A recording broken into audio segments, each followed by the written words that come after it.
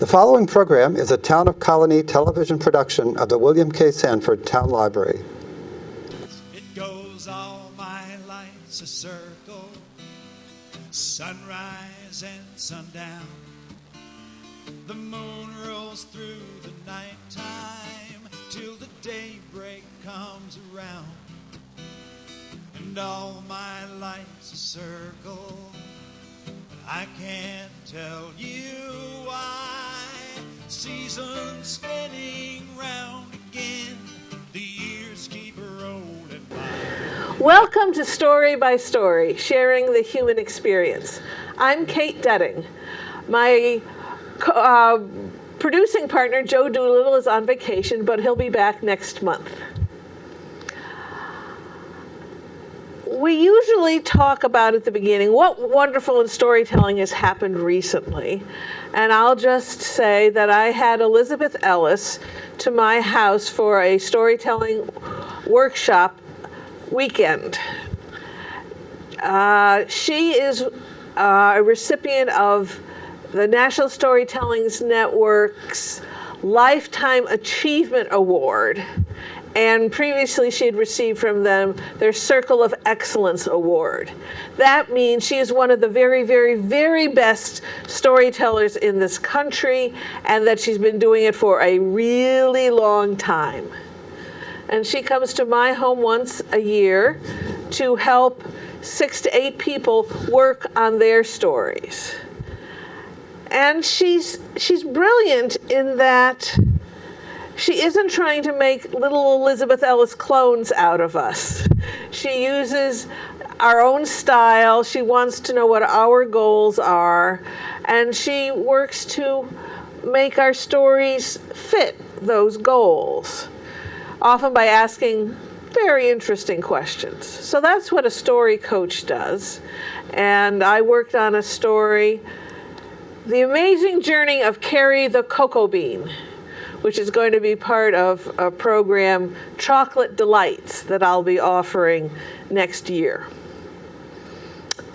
So, we have for our guest today a member of Story Circle of the Capital District, a graduate of the University of Albany's Library School, a wonderful addition to Story Circle, I forgot to mention, Adam Hoffman from Latham. Welcome, Adam. Thanks, Kate. Happy to be here. Good. We were so happy to find someone show up at Story Circle 3 years ago, was it? 4 years ago? I'm not even sure anymore. Right. Who was under 50? Maybe even under 60. No. Claire might be under 60. Who knows? But you come from a world of comic books and fairy tales and library science, and there's a little geek thrown in there. It's an interesting mixed bag. Tell us about yourself, Adam. Well, let's see. You know, I'm Adam Hoffman. I'm from Latham. I'm a graduate of the library school. I am basically what I like to refer to as a fairy tale geek. A fairy tale geek. You've heard of comic book geeks. You've heard of movie geeks, science fiction geeks, fantasy geeks. I'm a fairy tale geek, though I'm also those other things too. One of my most recent projects, and one I love most, is that I have a blog called Fairy Tale Fandom, which sets to get people excited about fairy tales, children's literature, legends, and things like that, basically. And the idea is to approach it not to analyze it from such a academic point of view, but to just to get excited about it, to react like someone who's gone to Comic-Con reacts. It's like, oh my God, fairy tales are awesome. So I analyze a little bit, I recap a little bit. I also throw in little pop culture references, and sometimes I compare the Brothers Grimm to superheroes or whatever, but it's coming from a place of very eclectic love, but. And the website is www.fairytalefandom.com. And you started it in 2014. You had 65 blogs that year, and so far you're up to 41 blogs this year. I try to do one every calendar week. Sometimes I make it just at the last minute on Saturday, but I manage. And yes, you did. In your About Me as part of the blog, I did not get the reference. Let's see. I've long been a fan of fantasy, sci-fi, horror, video games, comic books, and many of the other trappings of what is now called geek culture. You see, now I consider myself a geek, and geeks were originally computer geeks, but it's there's kind of a crossover between what people consider geek and what people consider nerd, but honestly, it's all people who were marginalized at one point, so I figured just... okay. See, now nerd I thought was a geek who had no social skills. I don't know. That's just my thing. And then you go on to say, I can sing, dance, and in the right weather stand on my head. But luckily this studio really isn't equipped to handle that, so we won't ask you to do that here. I know some magic and a trick or two. I know the right way to meet a dragon. I can fight dirty, but not fair.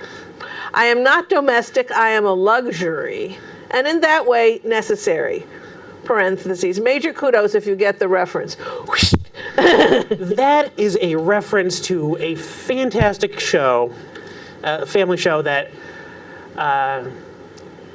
used to show on HBO back in the 1990s, I want to say, called Jim Henson's The Storyteller. Okay. There was a story called A Story Short, which actually starts out with the story of Stone Soup, and then it evolves into this whole other thing, where the storyteller was actually the main character. Usually he's just sitting there with his dog, who's like this puppet creature, and they tell this whole story, but that was him telling a story of supposedly what happened to him. And this is all the stuff that he tells to the king. And then at the end, the king laughs and says, oh, yes, well, I'll let you be my storyteller for a while, but you got to tell me one story every day for a year. And if not, then because you humiliated the cook, he gets to boil you in oil or something. So that was the whole thing. But it was a great show. There was the Jim Henson's The Storyteller, and there was Jim Henson's The Storyteller Greek Myths. The first one was folk tales. The second one was Greek Myths. Different host on the second one. I like the first one more. It's not that all the folk tales in it could pretty much be classified as fairy tales, but it's not necessarily a way you've seen it done before. The way they do the puppets and the prosthetics and the costumes, and sometimes they'll do things with just like shadows, and it's not like watching a Disney movie. Is what I'm trying to say. It's not a horror take like a lot of people try to do, but it also wasn't like going to see The Little Mermaid. But that it's one of the few shows I can actually marathon watch. I'll put that on and I could watch like all 6 episodes in a row. Only 6 episodes? Yeah, sadly it is. But it got continued by Archaea Entertainment as a comic book series for a little while. They'll come out with a graphic novel or a mini-series every once in a while because they have the Jim Henson license. Okay. Which isn't the same as the Muppet license because they're owned by Disney now, and which isn't the same as the Sesame Street license because that's owned by Sesame Workshop now, but Okay. But we're off topic, aren't we? Well, okay. So let's get academic for just a little bit, and the distinction between folk tale and fairy tale. Most people probably think of Grimm's tales as fairy tales. Well, a lot of them are. Some of them aren't. It's not a good idea to cast a blanket over any of these collections that comes out. Okay. Because people are always like, the Grimms are so dark. It's like, yeah, except when they're not, except when they're really light, like Bremertown musicians and stuff. But it was, there are different kinds of folk tales. Fairy tales are generally the ones that usually, they involve some magic, and they usually involve a character going from where they are at point A to where they are at point B, and there's some sort of transformation involved. Okay, so, and You that know, was like the fairy tale. tales, yeah. Okay. Like Cinderella goes from being a servant to being a princess. Okay. You know, let's see. Snow White starts off in this toxic family situation. She ends up with the prince, and now there's usually some sort of coming of age undertone to a lot of it, but it can get kind of complex. The term actually, fairy tale, was actually not coined in reference to folk tales, but on certain stories that were folk tale derived. Because back in the 1700s, there was a woman named Katherine Dolnoy in France.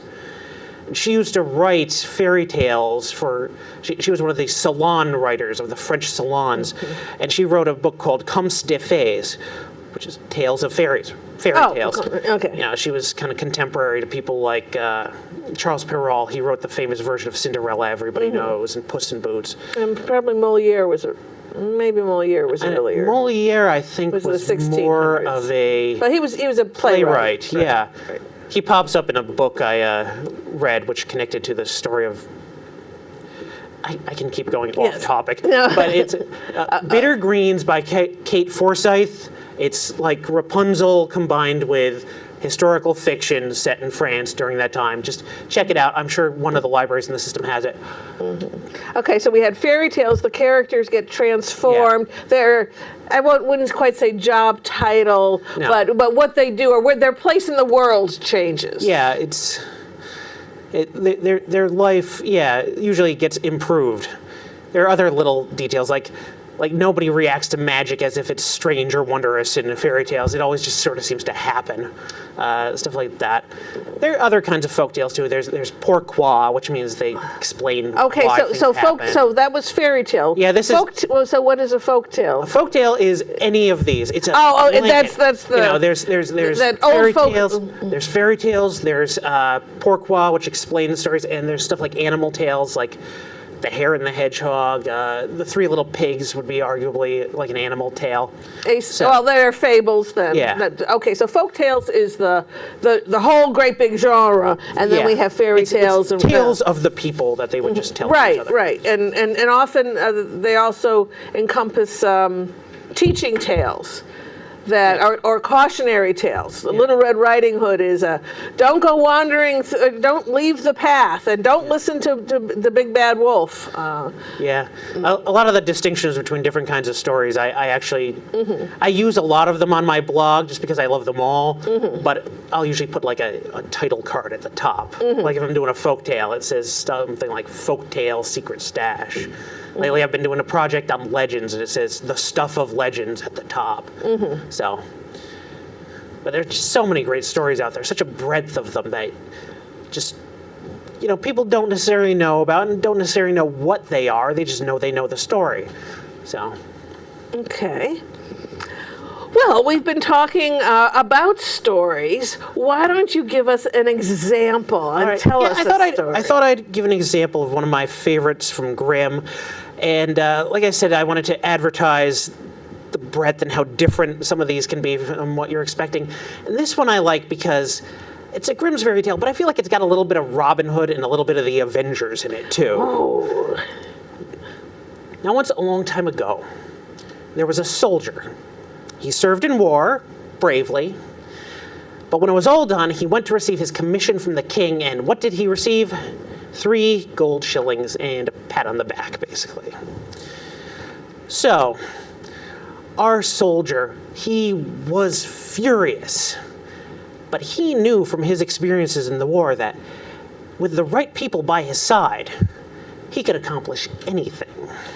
So he set off to find some new comrades who could help him out. He went off into the forest, and first he met a woodsman who was so strong he could just tear up trees by the roots like they were blades of grass. Next, he found a marksman who was so keen-eyed and so skilled, he could shoot the left eye off of a fly sitting on a tree acres away. Next, he found a man with gale-force lungs so powerful that he could turn the sails on 7 windmills just by blowing out of one nostril. Then, he met a man who had only one leg, but though he wore a wooden one, sometimes he'd take it off and just kind of carry it with him, because if he wore it, he would run so fast that he'd go faster than any bird could fly. Last, he met a man who kept his hat cocked to one side all the time, because if he ever wore it right, a great frost would cover everything around him.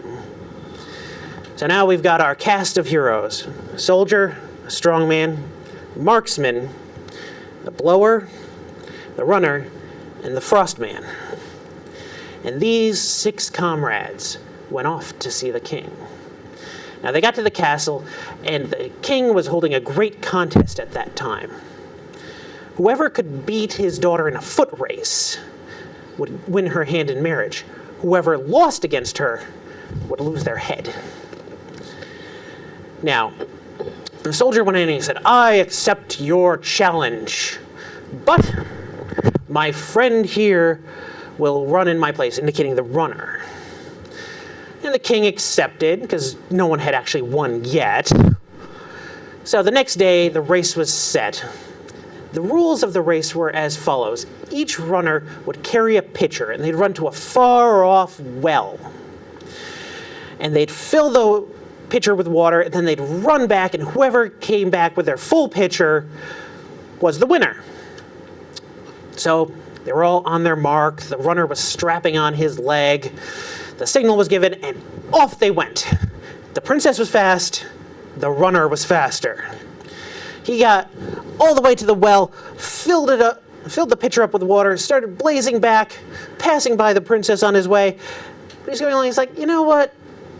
I don't really need to go that fast, because, she's way back there. You know what? I'm just going to pull off to the side and catch some Z's. So he goes off, and he lays down. He takes a horse's skull that's just lying by the side of the road and sticks it behind his head and just kind of starts dozing off. Well, he must have slept longer than he expected, because the princess comes up. She's like, well, this serves him right. Picks up his pitcher, dumps it out, puts it back, and goes on past him. But this was not unseen, for who was in one of the tall towers of the castle watching but the marksman with his keen eyes? He's like, well, I guess I've got to wake him up. He raises his rifle and knocks the horse's skull out from under the runner's head, wakes him up. He looks at his pitcher and says, well, I guess now I've really got to pour on the speed. He blazes to that well, fills it up, blazes back, passes by the princess, and wins the race. His friends were elated. The king was not so elated, and the princess was beside herself. It's like, Daddy, do I really have to marry a common soldier? It's like, now let me take care of this, sweetie. Now the king had a special room he used for uninvited guests. It looked like a normal room, except the floors were iron and the walls were iron, and it was positioned in such a way that his cook could start a raging fire underneath it and basically cook alive whoever was inside. So he goes to the soldier, says, that was a fine race. You know what? You men deserve a feast. I've set up a room for you with a table and chairs and all the food you can eat. So he leads them to the room, lets them inside. There's food spread out everywhere. They sit down. He leaves, locks the door behind him, and gives the word to start the fire. Now they're eating, and it starts to get kind of hot in there. It's like, oh, why is it so hot? You know what? Someone open the door. Let some air in. They go, and the door is locked. And it starts to get hotter and hotter. Well, who should step up but our friend, the Frostman? It's like, well, I can take care of that. He uncovers his ear, which is the clue that the frost is going to come, and everything starts to get colder, and the heat starts to dissipate. Little icicles start to form on the roast turkey. Pretty soon, it gets to a reasonably comfortable temperature. the king comes back to check on him, knocks on the door, he's like, "How you doing in there?" They're like, "We're fine. It's a little chilly." He goes back to check on the fire, it's still burning. He comes back, he opens the door, they all come out, he sees frost all over the place. He's like, okay. You know what? We're not crazy about this match. I was wondering, could we settle this for a bag of gold? The soldier's like, "A bag of gold?" It's like, "As much as one man can carry." As much as one man can carry? Your Highness, you've got a deal. So our 6 heroes leave, and what they do is they round up every seamstress and tailor in the area, and they have them sew together a giant bag. When it's folded up, it looks like a huge heap of linen. And they hand it to our friend the strong man. Now, the next day they return, and he's carrying this giant sack on his shoulder, all folded up. He's like, "That can't be the bag. There's no way any man could lift that." And he's like, "Well, we'll give it a try." He takes the bag, spreads it out, says, "All right, bring it in. Bring in the gold." So they start bringing it in sacks. They throw it in. It's like, bottom's not even covered yet. They start bringing it in barrels, dumping it in. It's like, nope, not quite yet. So next they start bringing it in carts. And the strongman sometimes just takes the whole cart, cart and all. I'd like to think he took the horses away and the oxen, but he just threw the whole thing in there. Eventually, the treasury was emptied. He just looked inside. He's like, "Well, it's not full yet, but it'll have to do." Just ties it up and throws the gigantic thing on his shoulder and starts to leave with his comrades. Now the king's looking at this and he is livid. He's like, "I don't care what I promised. I don't care what I said. I want every soldier to go follow them and get back that gold." So he sends out the infantry, he sends out the cavalry. If there were water, I'm sure he'd send out the navy. And they all come up behind him. But who's bringing up the rear of this group? Our friend with the gale force lungs, the blower. He's like, "Well, so that's how it is, huh? Well, I think it's time you men had a little dance about in the air." The soldiers scattered like leaves into the air, falling down. The ones who could get back up ran back to the king, told him what happened. And the king is just like, just let him go. Let them go. There's some kind of magic in them. It's just, we just don't want to mess with them anymore. But our 6 friends were doing well. They went back home. They split up the treasure amongst themselves, gave a little to charity, I'm sure, war orphans, war widows. But they lived in peace and contentment for the rest of their days. And that story is called? How 6 Men Got On in the World. Kind of a clunky title, but a favorite of mine. In the world. Okay, and that people can find in a complete version of the Brothers Grimm. Yes, it isn't in the new one that got the new first edition translation that was done by Jack Zipes, which I was disappointed about because I wanted to compare them. But any more modern edition, like 90% of the ones that are out, just don't look for the one that was translated by Jack Zipes. That was most recent. So okay, and this isn't the standard set. This isn't part of there's a group of them that were just found, maybe within the last 10 years. Yeah, those were by Franz Xavier von Schoenworth, and I read the book. Can't say I'm a fan, but it's just none of them really stuck with me. Okay, but yeah, that's out there too. So he was the original author, and people in German about the same time as the Grimms, and as they've been finally translated. That Margaret French got a friend of hers to translate 6 of them. Yeah, for her use. Yeah, I saw those on her blog. Yeah. The Grimm set off this whole nationalist folktale searching thing back when they did. So you had a lot of people coming out looking for folk tales and stuff, and that's where we get a lot of the collections that are out now. I could list names, but no one would. A lot of people wouldn't recognize them. Right. Asbjornsen and Moe from Norway, for example. Just for us to know that the Grimms were not the only ones out there, or Charles Perrault in France. Yeah. This was done by lots of folks. So this was it was mentioned in your second blog, I think. I read your first blog, your second blog, and the last one that you did. And I think this was the first one that you were actually talking about stories. And you illustrated them with sometimes with some comic book heroes. Yeah, I wanted to bring that comparison to, superpowered individuals in other media, in movies and comic books and stuff. Because that's basically what I thought when I read them. It's like, oh my God, these guys have superpowers. They have basically a Hulk.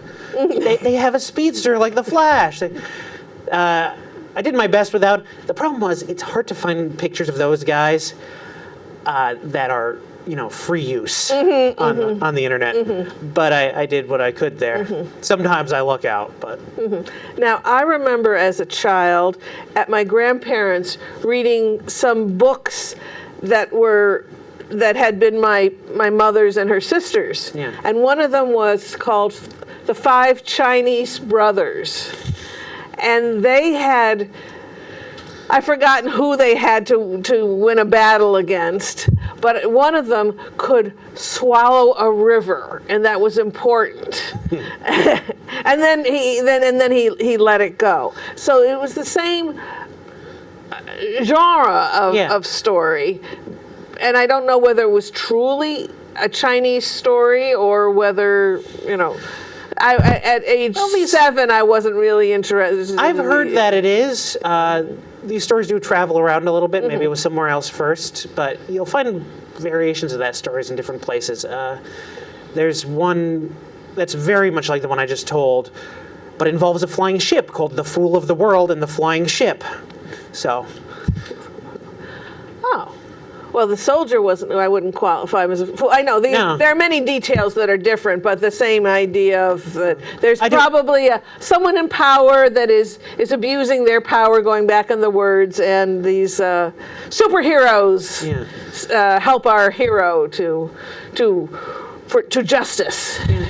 I do like that the soldier was the lead in that, because that's sort of a variant of the commoner hero that you don't see a lot in like movies and stuff, but it pops up from time to time and in these tales. Like he's in that one. He's also, there's a soldier in the 12 Dancing Princesses. There's one in Bearskin. There's Stone Soup, though he was a trickster in the older versions. He was not really benevolent. There's the soldier in Death from Russia, and there's a very similar story to that called Soldier Jack, which is a jack tale from the Appalachians, which is Jack apparently went into service at some point. But again, from my childhood, there was one, and it might have been a Hans Christian Andersen story, I'm not sure, but there was something about a soldier, and there was a pile of copper coins, silver coins, and gold coins, and the dogs guarding them got bigger, the first dog's eyes were as big as saucers, and the next one, they were as big as wheels, and that's all I remember, folks. Sorry, but again, the commoner, the folk, a folk person. Yes. So fairy tales are not necessarily about fairies, but they have magic is accepted as just part of the world. Yeah, I think when Katherine Dolnoy coined the term, she did mean it literally, but she didn't really call on the old fairy lore that was there. To her, it was just like a magical person, like one of the the French version of Cinderella, fairy godmother. She never shows up like a little pixie or anything. She's just, I'm here and I'm here to help you. So she's not like not Tinkerbell. She's not Tinkerbell, and she's not from the Wizard of Oz. She doesn't descend on a bubble or anything. Glinda. Yes. Yeah. Well, let's take a little break. At this point, we always tell people about the coming attractions. And it starts, I have several for the month of November, starting exactly on November 1st, Sunday, November 1st. It will be our 116th Story Sunday, a storytelling dinner series for adults at the Glenn Sanders Mansion. The title is Vibrato, Stories and Songs That Resonate with Your Heart. And our tellers and musicians are Sandy Schumann and Tom Van Egmond. Excuse me. Tim? Tim, thank you. Yes, very good. With some emergency proofreading there. Yes, thank you. Tim, I don't know. I was stifling a cough. That's, we'll buy that? Okay. Because I really know Tim, and I know that Tim is his name and not Tom. Sandy plays the guitar and the French harp, and Tim is a wizard on the dulcimer. And I haven't seen him play, but I've seen other dulcimer players who, it's one of the few instruments that seems to be also an aerobic exercise. I don't know if you've seen any of those people who do it that way, but you get 4 courses of stories and songs, in this case, interwoven with 3 courses of food. So you can check our website, story-circle.org, for more information. You have 3 different choices of entrees each month. Then, on the first Tuesday of the month, First Tuesday Tales and Stuff, which is an open mic for storytelling, music, and spoken word organized by Joe Doolittle, we'll have some. Really, these are all fabulous tellers. We have a wealth of storytellers in this area.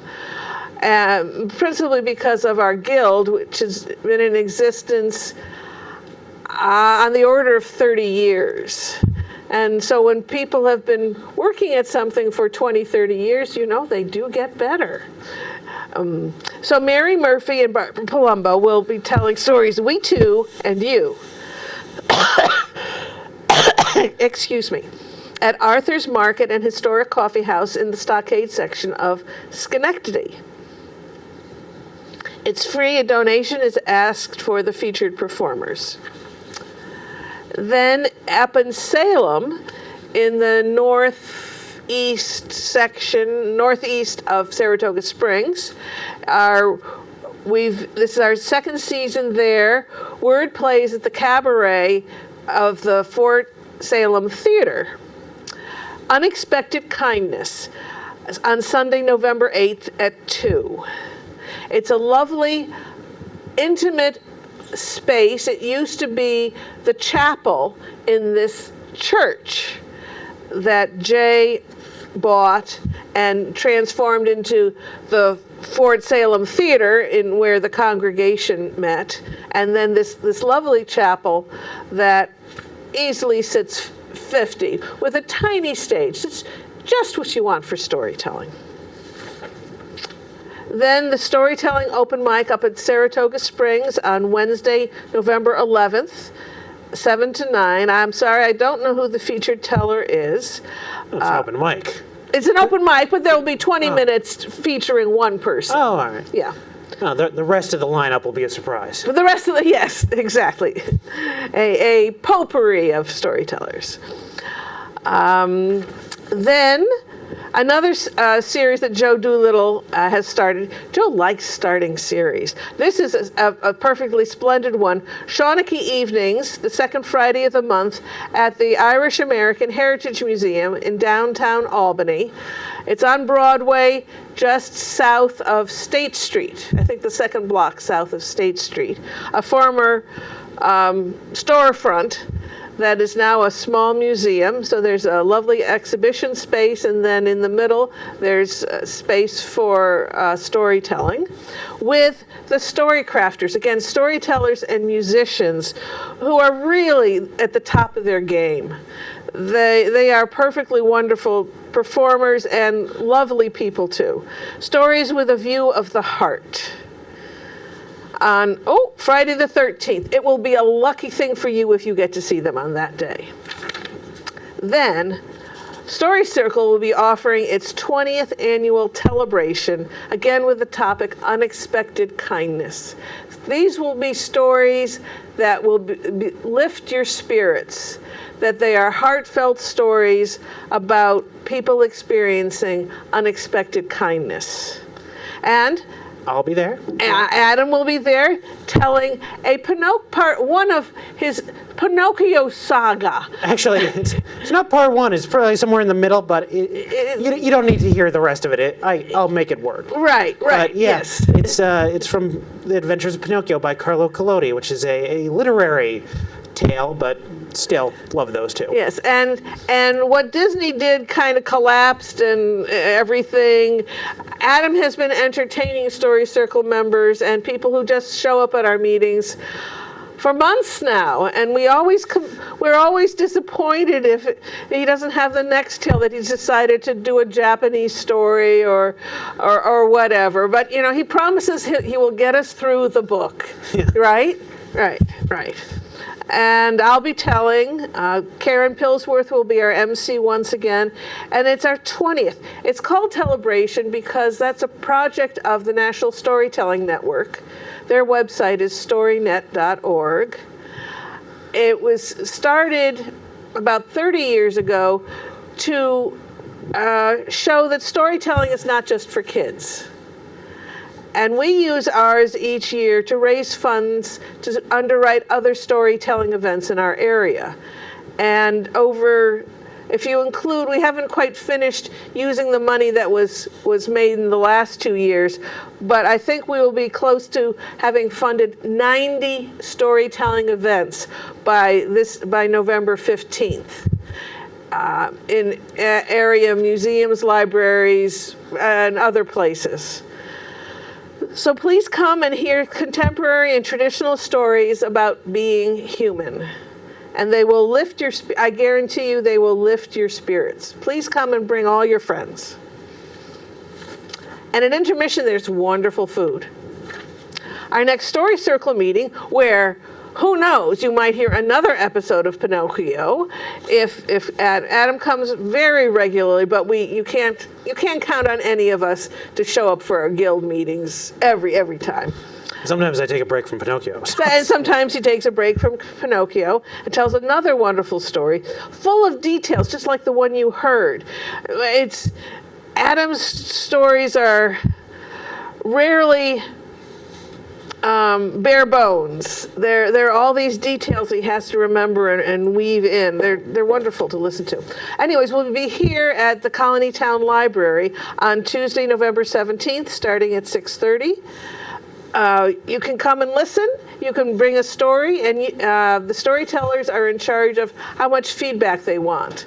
Most people will accept, what do we call it? Nice things. Yeah. What do we call it? Affirmations. Affirmation. Yeah. And some people, especially with a brand new story, they're just happy to have told it to some live people, and they really don't want any suggestions or even to hear, your voice drops when you were the mother. Your voice always dropped so low we couldn't hear you. It's enough that they tell it, and later they may come back and tell it again, and then be ready to hear suggestions. And we don't try to, and we always do it gently. We never say, we do it gently. We don't say things like, well, I wish you'd learn character voices. We've been telling you this for years. No. Constructive criticism more. Constructive, yeah. Right. And there are some storytellers who never do character voices. Katherine Windham never did character voices, but her southern accent was just so wonderful to listen to. She has passed away at age 96 or something. But she was a blessing to the storytelling world and everyone who heard her, for example. You were going to say something, or? No. Okay. Now, Janet Carter runs a storytelling series down in Saugerties, which is really not that far away, on the third Friday of every month at the Inquiring Minds bookstore. So that will be Friday, November 20th. And those are the events that I know that are happening in the storytelling world in the General Capital District.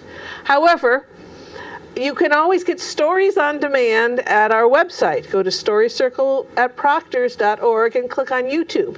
And over 150 stories are there. And Adam's stories he's telling today will be there once I get the DVD and I get around to cutting them out.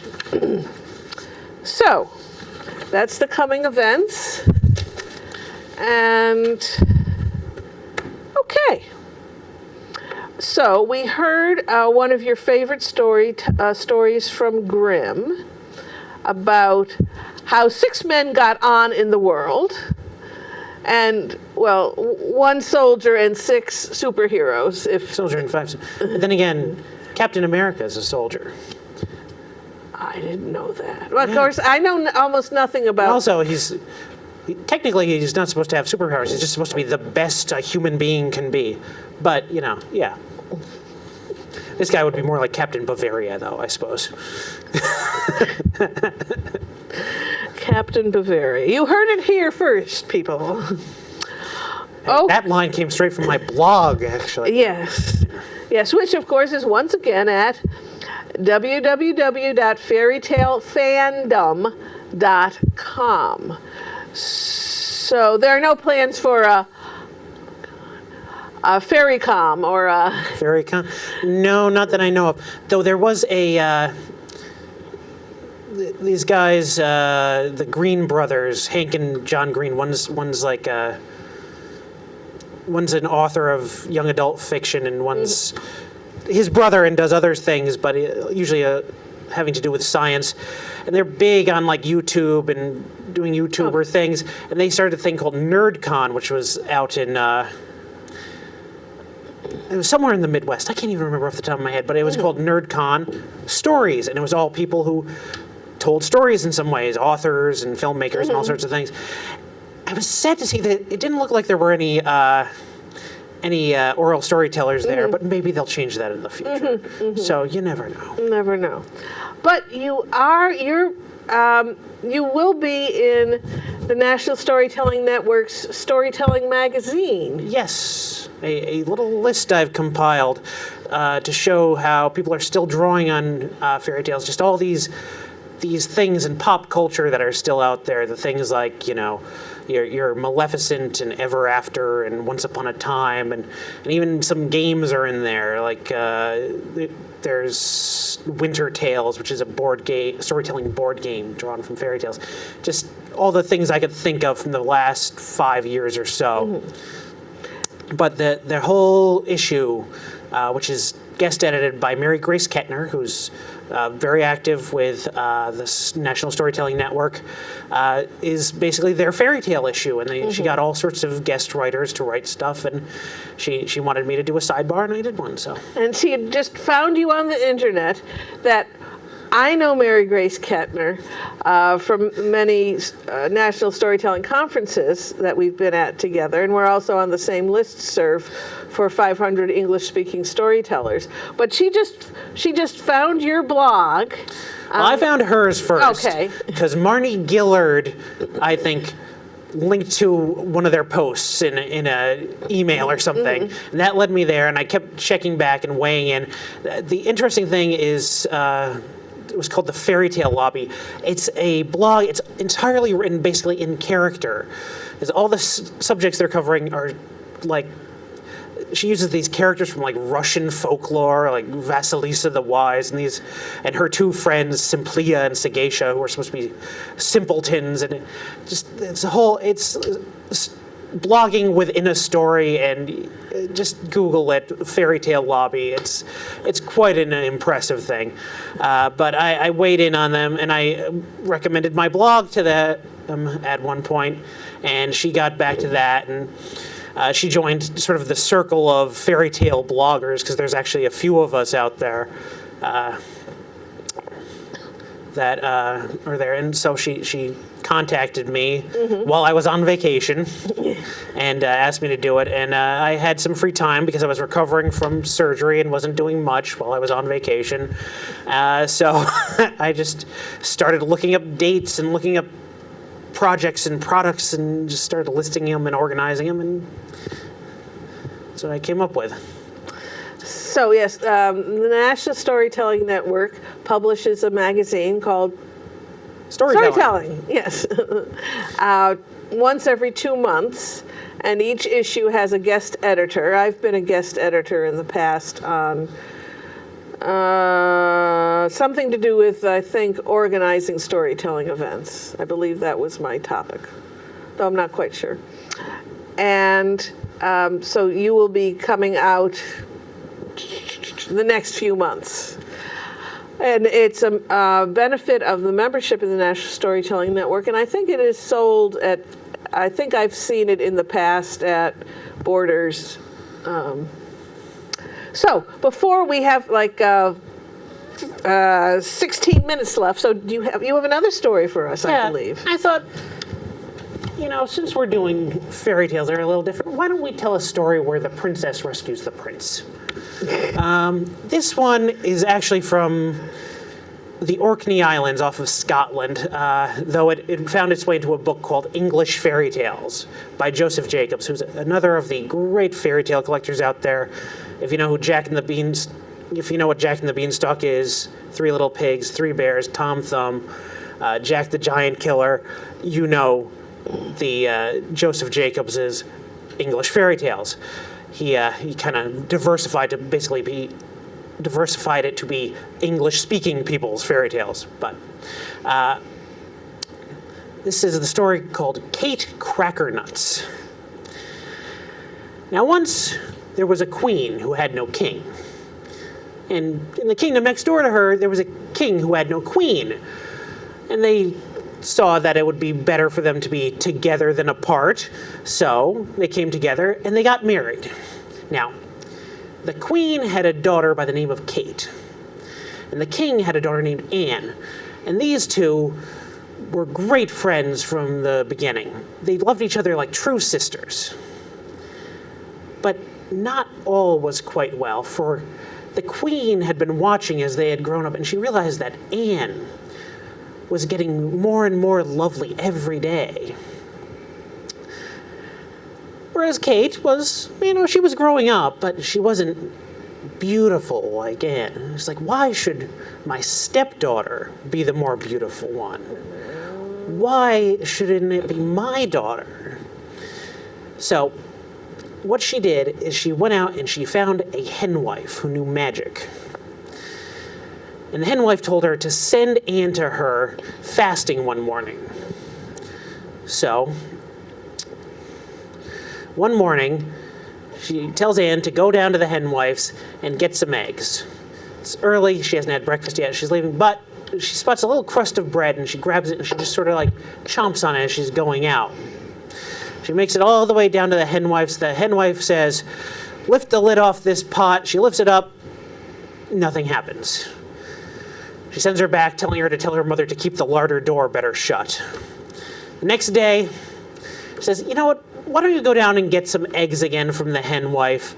She's going down, she hasn't eaten yet, but she sees some peasants picking peas by the side of the road.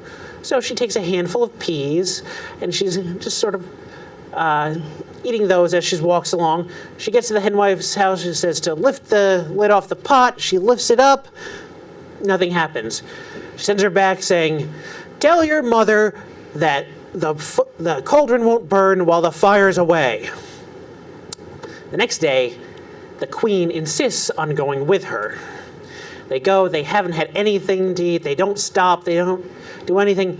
They go into the door, she tells her to lift the lid off the pot, she lifts it up, and in a flash, where Anne's head once was now the head of a sheep. The queen was pleased with this. Her daughter, Kate, wasn't. She saw Anne in this pitiful state. She got a nice, expensive scarf, wrapped it around Anne's head to hide it, and decided that the two of them needed to get out of there. So they started traveling. They went on and on until they got to another kingdom, and they got to another castle. And they knocked on the door, and she asked for lodging for herself and her sick sister Anne. And they let them in. They found out that this was the home of a king who had two sons. One was well, But the other was sick, and he was sickening away to death, it seemed. And whoever stayed up with him to keep him company, though, it seemed they disappeared by the next morning. Now the king offered a bushel of silver for whoever would stay up with his son. Kate was a brave girl, so she agreed to it. She sat up next to the prince as he tossed and turned in his fever. But around midnight, he sat bolt upright, got up, dressed, went downstairs, called for his dog, saddled his horse, got on, and Kate jumped on up behind him, and they rode off. They rode off through the greenwood, and she would pick the walnuts off the trees as they were going and just put them in her apron. Eventually they got to a green hill, and the prince said, "Open green hill, and let in the prince with his horse and hound." And she said, "And his lady behind him." They went in, and they found themselves in the hall, the meeting hall of the fairies. And they were having a great celebration. Everyone was eating, everyone was dancing, and the prince started to dance. He danced and he danced and he danced until he seemed like he would pass out from exhaustion, and he'd fall down on a couch, and then the fairies would go, "No, no, no, more, more." And they'd fan him until he got up again and started dancing again, dancing in all this fury. And Kate was just sitting by watching. Now she knew what was going on. It all lasted until the rooster crowed the next morning. Then the prince turned, got on his horse, Kate jumped up behind him, and they rode back to the castle. The next morning, Kate sat by the fire, cracking walnuts, and the king came in, and she said, "Well, he had a good night, but if you want me to stay up with him again, I'm going to need a bushel of gold this time." So she hadn't disappeared, which was good. So he agreed, and she stayed up the next night.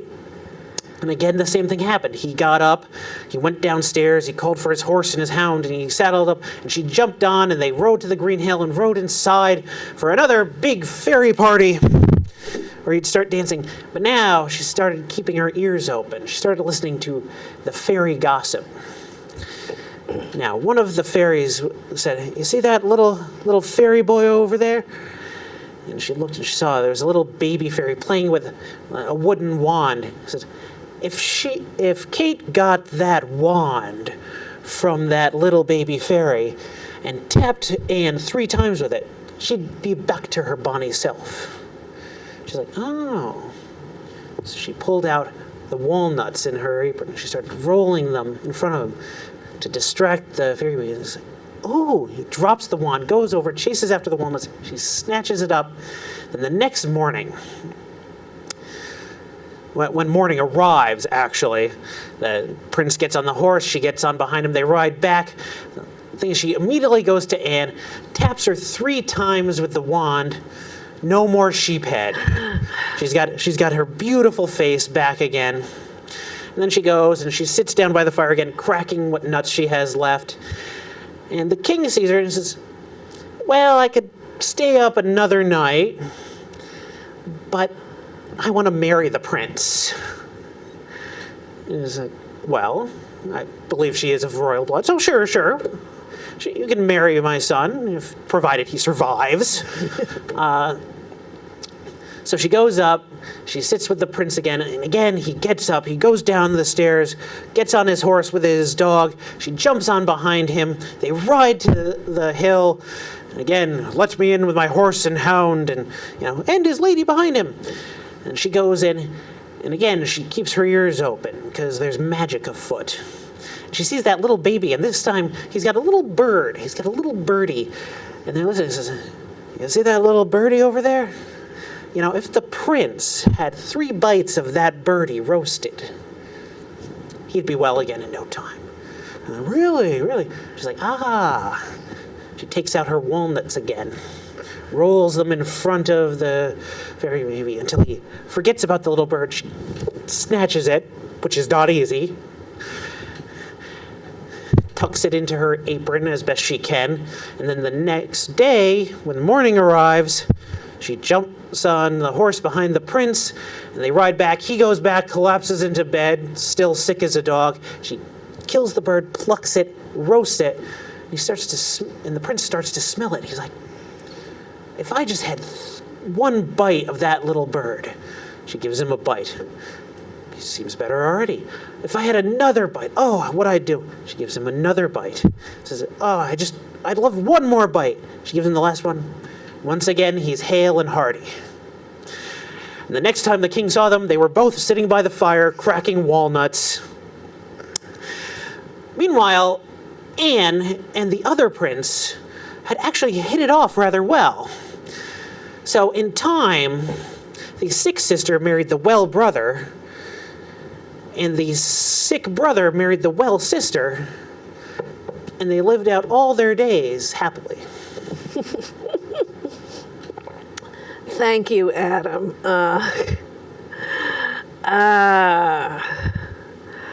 Kate Crackernuts. We do that as a nickname for you now. No, just No. I don't need a younger brother. No, you're more my son's age, actually. Anyways, so, yes, the traveling down into the fairies had a lot of parties. I mean, a lot of people went down and visited them. Some who went couldn't go back without some sort of trickery. An ex-Sleeping Beauty, if you don't invite them to your party, there is hell to pay. Yes. Oh, well, I'm told the good folks, the wee people in Ireland, they're called, I think, the good folks, and that's really, they really aren't good folks. They're really the remnants of the people who were there. I think it was the Tuatha De Danann, yes. And they were conquered, and their conquerors said, well, we'll split the land of Ireland with you. And they went, okay. And then the conqueror said, we'll take everything above the ground, and you'll have everything below the ground. So they had to go underground to it, and they weren't all that happy about it. And so you call them the good people because you don't want to get on their bad side. Yeah, the Tuatha De Danann in older stories were like the gods of the Celtic gods of Ireland, but things change up as mythology moves into folklore. You know, the gods may become saints, they may become fairies. Strange enough, the heroes became giants, but anyways, fairies, they don't always follow the same logic and the same morality human beings do. They do what they want, usually. Well, the Greek gods, you wouldn't call them pillars of morality, for instance. So, and do you have any final words in our last minute together that you want to invite people to visit your blog? Visit my blog. Check out the links section too, because I've got a lot of nice blogger friends that I've made, though I might need to update that soon. But, just if you've got an interest in these fairy tales, do a little digging. Check out your local library, see what other books are out there, what other collectors. You might find stuff that surprises you. Okay. Well, Adam Hoffman, thank you very much for being our guest today. Our royal guest. That usually Joe is here, and so we are a we, but I guess my guest today. And I'd like to thank you for being our guest today in Story by Story, sharing the human experience. We hope you'll come back next month. It goes all my life's a circle, sunrise and sundown. The moon rolls through the nighttime till the daybreak comes around.